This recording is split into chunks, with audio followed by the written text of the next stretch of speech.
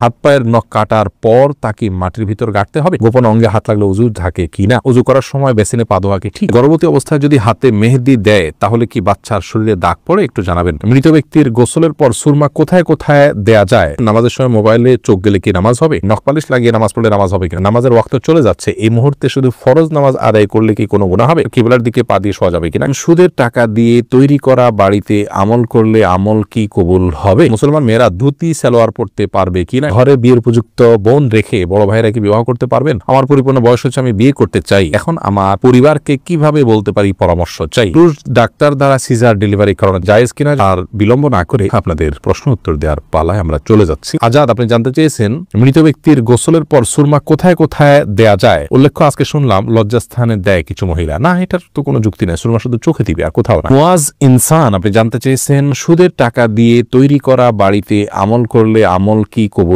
হবে? সুদের টাকা দিয়ে তৈরি করা বাড়িতে যদি আমল করেন তাহলে আমল কবুল হবে না, বিষয়টি কিন্তু সেরকম নয়। ধরুন সুদের টাকা দিয়ে আরেকজন বাড়ি করেছে, আপনি সেখানে আমল করেছেন, তো আপনার আমল কবুল হওয়ার সাথে ওইটার কোনো সম্পর্ক নেই। নুসরাত সুলতানা রত্না, আপনি জানতে চেয়েছেন নামাজের ওয়াক্ত চলে যাচ্ছে, এই মুহূর্তে শুধু ফরজ নামাজ আদায় করলে কি কোনো গুনাহ হবে? নামাজের ওয়াক্ত যদি চলে যাচ্ছে এমন হয়, এই মুহূর্তে আপনি যদি শুধু ফরজ নামাজ আদায় করে নেন, গুনাহ হবে না, বরং এটাই করা উচিত শেষ সময় যদি হয়ে যায়। এস আলম, আপনি আইডি থেকে জানতে চেয়েছেন গোপন অঙ্গে হাত লাগলে উজু থাকে কিনা? আমাদের দেশের উলামায়ে কেরামের মতে, বাহানাই মাযহাবের উলামায়ে কেরামের মতে গোপন অঙ্গে হাত লাগলে উজু ভাঙবে না। তবে আরবিন স্কলার সৌদি আরবের উলামায়ে কেরাম তাদের মতে গোপন অঙ্গে হাত লাগলে উজু ভেঙে যাবে, যেহেতু আপনার একটা হাদিস রয়েছে যে মান মাসসা যাকারাহু ফালইয়াতাওয়াদ্দা, এজন্য তারা হাত লাগলে বলতে কাপড়ের উপর দিয়ে নয়, সরাসরি যদি কেউ স্পর্শ করে তারা ওটাকে ওযু ভঙ্গের কারণ হিসাবে উল্লেখ করেন। অতএব সেই জায়গা থেকে এটা ওযু ভঙ্গের কারণ তাদের মতে, আমাদের উলামায়ে কেরামের মতে এটি ওযু ভঙ্গের কারণ নয়। পাত্রী আইডি থেকে আপনি জানতে চেয়েছেন ঘরে বিয়ের উপযুক্ত বোন রেখে বড় ভাইরা কি বিবাহ করতে পারবেন? উত্তর হলো পারবেন।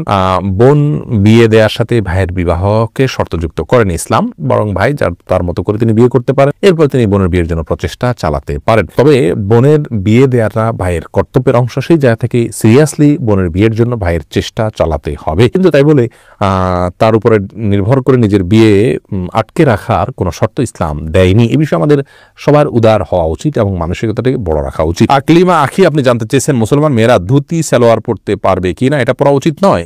ধুতি যেহেতু হিন্দুদের একটা ধর্মীয় পোশাক বলা যেতে পারে, হিন্দুদের একটা কালচার, সেই কালচারের অনুকরণ মুসলমানদের জন্য করা জায়েজ নাই। মুসলমানের জন্য অন্য মুশরিকদের বা আল্লাহ প্রতি যারা বিশ্বাস রাখেন না সেই সমস্ত মানুষদের সংস্কৃতির অনুসরণ করা জায়েজ নয়। সেই জায়গা থেকে ধুতি সালোয়ারটা যেহেতু অনেকটা ধুতির মতো, আপনার পায়ের দিকে একটু উঠে থাকে ধুতির মতো, এটা একজন মুসলমান নারীর জন্য ব্যবহার করা উচিত না। এটা অমুসলিমদের সাথে সাদৃশ্য গ্রহণ করা। নবী সাল্লাল্লাহু আলাইহি ওয়াসাল্লাম বলেছেন মান তাশাব্বাহা বিকওমিন ফাহুয়া মিনহুম, যে ব্যক্তি কোনো জাতির সাথে সাদৃশ্য গ্রহণ করছে তাদের অন্তর্ভুক্ত। আবু দাউদের বর্ণিত হাদিসের আলোকে এটি করা উচিত না। ঈশান, আপনি জানতে চেয়েছেন ওযু করার সময় বেসিনে পা ধোয়া কি ঠিক? নিজের বাসা বাড়িতে অসুবিধা নেই, করতে পারেন, তবে আপনার রিস্ক মুক্ত হওয়াটা বিষয় মাথা রাখতে হবে। নিজের জন্য রিস্কি হলে সেটা আপনার জন্য করা উচিত হবে না, কারণ নিজেকে বিপদের মুখে ঠেলে দেওয়া ইসলামের সাথে জায়েজ নয়। অসময় এখান থেকে পড়ে বা দুর্ঘটনার শিকার হতে পারে মানুষের।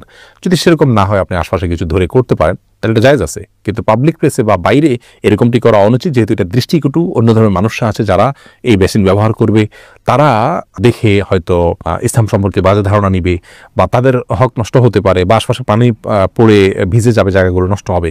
সেই জায়গা থেকে পাবলিক প্লেসে এমনটি না করা উচিত, কিন্তু করলে ওযু হয়ে যাবে। মোসালাম জানতে চেয়েছেন আমার পরিপূর্ণ বয়স হচ্ছে, আমি বিয়ে করতে চাই, এখন আমার পরিবারকে কিভাবে বলতে পারি পরামর্শ চাই? বিয়ের বয়স হচ্ছে, আপনি নিজে না বলতে পারে অন্য কারো মাধ্যমে বলাবেন। এই জন্য তো গোটা পরিবারকে দিনের পথে আনার জন্য আগে চেষ্টা করতে হয়। তারা যখন দিন বুঝবেন তখন তাদের সবকিছু বোঝানো সম্ভব হবে কোরআন এবং হাদিসের আলোকে। আপনি নিজে না পারলে অন্য কারোর মাধ্যমে করবেন। এমনি ইফতিখার শুভ, আপনি জানতে চেয়েছেন নখ পালিশ লাগিয়ে নামাজ পড়লে নামাজ হবে কিনা? নখ পালিশ লাগিয়ে যদি আপনি ওযু করেন তাহলে ওযু হবে না, আর ওযু না হলে নামাজ হবে না। অতএব বলতে পারেন নখ পালিশ লাগিয়ে ওযু করে নামাজ পড়লে নামাজ হবে না। কিন্তু যদি ওযু অবস্থায় নখ পালিশ লাগিয়ে আপনি নামাজ পড়েন ওযু অবস্থায়, তাহলে ওই নামাজটা হবে। পরবর্তীতে আবার যখন নামাজের সময় হবে বা ওযু ভাঙবে, তখন আপনাকে নখ পালিশ রিমুভ করে তারপর ওযু করতে হবে, অন্যথায় এটি জায়েজ হবে না। মা বোনেরা মাসিকের দিনগুলোতে নেল পালিশ ইউজ করতে পারেন, কোনো অসুবিধা নেই, যেহেতু তখন নামাজের অপশন তাদের নাই। কিন্তু পরবর্তীতে আবার নামাজ যখন শুরু হবে তার আগে তাদেরকে সেটি রিমুভ করে নিয়ে তারপর ওযু করে নামাজ পড়তে হবে। শিখা ইসলাম, আপনি জানতেছেন 3 পিস পরে নামাজ পড়ি, পা দেখা যায়, মোজা পরে নামাজ পড়লে কি হবে? পায়ের পাতা ঢাকতে হবে কিনা মেয়েদের নামাজের জন্য মধ্যে এটা নিয়ে মত পার্থক্য আছে। অনেক উলামায়ে কেরাম এটাকে শর্ত করেছেন। আমি ব্যক্তিগতভাবে এই মত মতটা চাইতে যারা বলেন যে পায়ের পাতা পাতা বলতে পায়ের পাতার তলের অংশ এটা ঢাকার শর্ত দিয়ে থাকেন, তাদের মতটাকে আমি সমর্থন করি না। পাতার উপরই অংশ যেটা পাতার উপরের অংশ সেটা ঢাকতে হবে কিনা, অনেক ওলামা ইকরাম বলেছেন সেটা ঢাকতে হবে, অনেকে বলেছেন শুধু গিরার নিচ পর্যন্ত থাকলেই হবে কাপড়, পাতা না ঢাকলেও চলবে। দুই পক্ষের ওলামা ইকরামের দলিল রয়েছে। নিরাপদ হলো এমন কাপড় পরা যে কাপড়টা অনেক বেশি লম্বা হয়, যে পায়ের পাতার উপরই অংশ সহ ঢাকা পড়ে। তলা ঢাকার জন্য মোজা পরার জন্য আলাদা করে কষ্ট করা বা কসরত করা এটা আবশ্যক নয়। ইনশাআল্লাহ বিদিনিল্লাহ নামাজ হয়ে যাবে যদি কেউ মোজা না পড়ে। মুসলিউদ্দিন হৃদয় জানতেছেন পুরুষ ডাক্তার দ্বারা সিজার ডেলিভারি করানো যাবে জায়েজ কিনা? যদি বিকল্প না থাকে তাহলে জায়েজ আছে, কিন্তু এটি আমাদের দেশের জন্য খুবই লজ্জাজনক একটি অধ্যায়। বাংলাদেশে এখন অহরহ ডেলিভারি করানো হয়, সিজার করানো হয় পুরুষ ডাক্তারের মাধ্যমে। শুধু বাংলাদেশে নয়, সৌদি আরবেও এটি আমি দেখেছি, কাছে থেকে জেনেছি যে পুরুষ ডাক্তাররা এই কাজগুলো করেন। এটি খুবই গর্হিত কাজ, খুবই গর্হিত কাজ।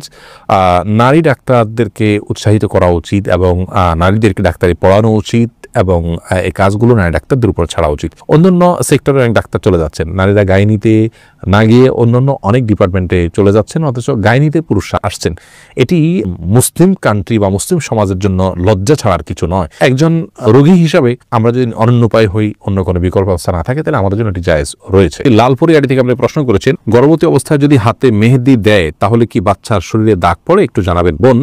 এটি সম্পূর্ণ কুসংস্কারের জন্য একটি বিশ্বাস। আমাদের দেশে অনেকে এরকমটি মনে করে যে গর্ভবতী অবস্থায় যদি গর্ভবতী অবস্থায় যদি এরকম কোনো কিছু করা হয়, মেহেদি হাত দেওয়া হয়, তাহলে সেক্ষেত্রে বাচ্চার ক্ষতি হয়। এগুলো সম্পূর্ণ ভুয়া কথা, ভিত্তিহীন কথা। এগুলো বিশ্বাস করা ইমানের সাথে সঙ্গতিপূর্ণ নয়, শিরকে আসগার হয়ে যেতে পারে এই ধরনের বিশ্বাস। অতএব এই ধরনের বিশ্বাস আমাদের রাখা উচিত নয়, কোনো রকম ক্ষতি হবে না ইনশাআল্লাহ বিদিনিল্লাহ। এরপরে আলমগীর হোসেন জানতেছেন, নামাজের সময় মোবাইলে চোখ গেলে কি নামাজ হবে? নামাজ হয়ে যাবে, কিন্তু এটি নামাজের মানকে অনেকখানি নিচে নামিয়ে দিবে। মোবাইল এর দিকে চোখ যাওয়া উচিত নয়, বরং নামাজের সময় সিজদার জায়গায় চোখ থাকা উচিত। নামাজের দিকে অন্যদিকে মন যেতে পারে সে বিষয়গুলোকে সরিয়ে ফেলা উচিত নামাজের আগেই।